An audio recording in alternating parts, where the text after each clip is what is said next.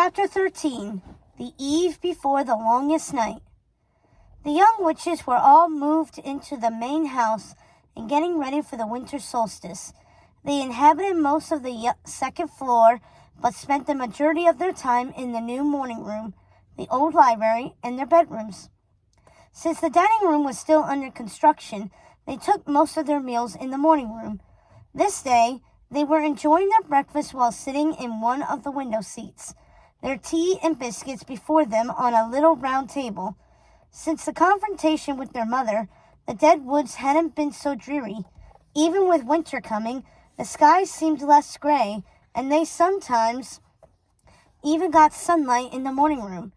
They had a spectacular panoramic view of the dead woods, and they could see all the way to the thicket in every direction. "I wonder when we will see the first snowfall," said Gothel. "Hazel, do you smell snow?" "Not yet, Gothel, but soon." They were preparing for the longest night. This year, Gothel had her own ideas of how to celebrate now that their mother wasn't there to dictate how they spent their holidays. Usually, it was a somber affair, everyone in black and the main house entirely dark and freezing cold. Their mother wouldn't even allow fires in the hearths on the longest night. Mania welcomed the death of winter and celebrated the longest night with a day of fasting and the reciting of the names of all their ancestors while leaving them little gifts and offerings of their favorite foods on a communal altar. It was a somber version of Samhain, during which the lives of their ancestors were celebrated. Mania had little oval oil paintings of all their ancestors in wooden frames, which she set on the family altar, and she would tell the girls their stories in succession. After the stories, they would stand at the altar looking at the portraits in silence, careful to stay perfectly still so as not to frighten away the ghosts of their ancestors should they decide to visit them on the longest night. This year, there will be a portrait of Mother among the others. Her sisters didn't seem to be excited about the solstice, even though Gothel had gone out of her way to make sure they'd enjoy themselves. Never once in their entire upbringing had their mother allowed them to have a solstice tree or exchange gifts, and Gothel thought having the tree would lighten her sisters' heavy hearts, but they still moped around the house, lackluster and peaky. "We should decorate the solstice tree today, Primrose," said Gothel, as she smeared chocolate hazelnut spread on a biscuit, looking at the bare tree. "If you wish, Gothel," said Primrose, yawning. "What's wrong, Prim? Are you okay? Still not feeling well?" "I'm just exhausted all the time, and honestly, I'm not excited about the longest night. That's because I haven't told you how we're going to celebrate." "We're going to do what we do every year," said Hazel, picking at a biscuit. Hazel had gotten frightfully thin the past few months, and her eyes looked weary. Both of Gothel's sisters looked pallid, actually. Gothel looked at them, wondering what she could do to liven their spirits. "We're going to fill this entire house with light." "What?"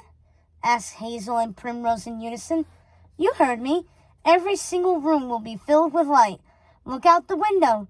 The wagons arrived this morning while you were sleeping." Primrose and Hazel went to windows that faced the courtyard. Sir Jacob was down there, directing their minions like a wizard performing magic on a windy hilltop, gesticulating and pointing in various directions with great fervor. "Are those candles?" "Yes, wagons and wagons of them.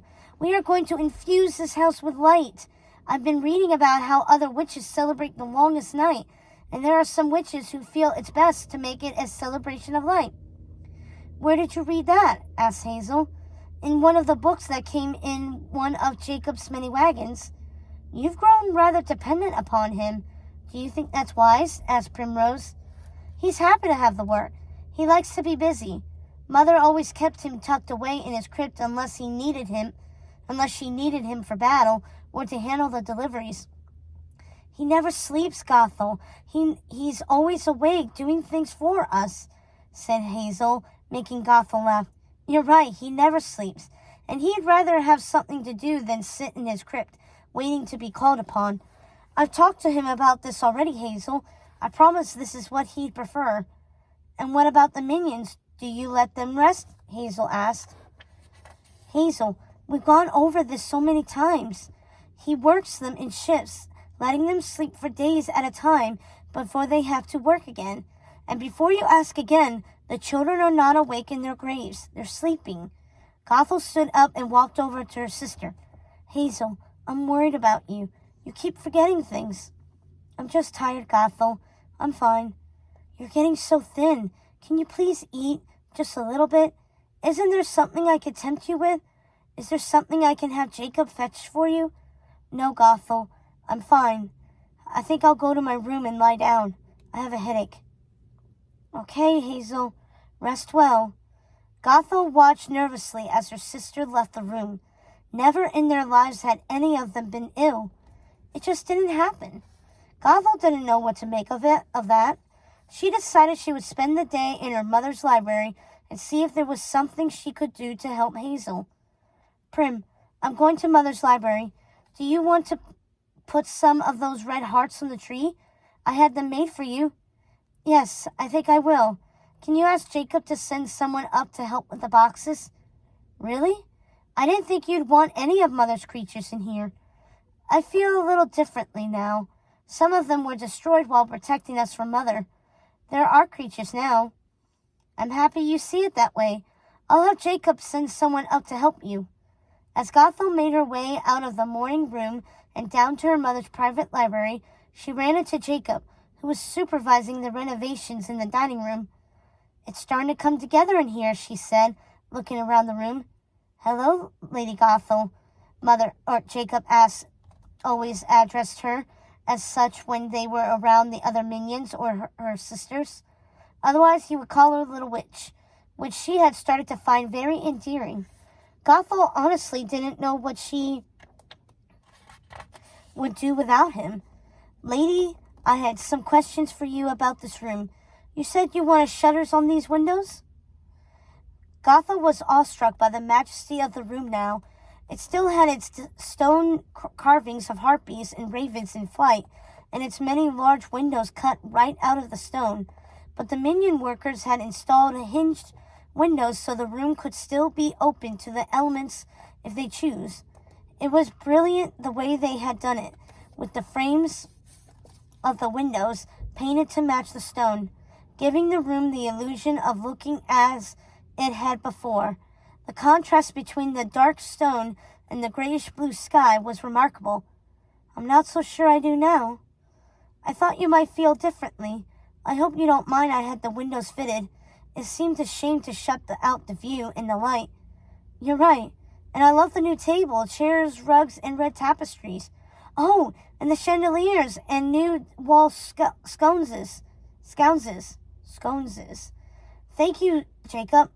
My pleasure, said Jacob, betraying some pride in his work. Jacob? Yes? Are you truly happy with all this work? Hazel and Primrose have been worried about you. I am quite happy, my little witch, said Jacob under his breath. But I am worried about your sisters. I don't wish to alarm you, but I'm afraid your mother caused them permanent damage during the attack. I don't wish to overstep, little witch, but I think it's time to explore the situation. I was on my way to do just that. I'm heading down to Mother's private library now. It's your library now, lady. Don't forget that. Thank you, Jacob. I'll be there if you need me.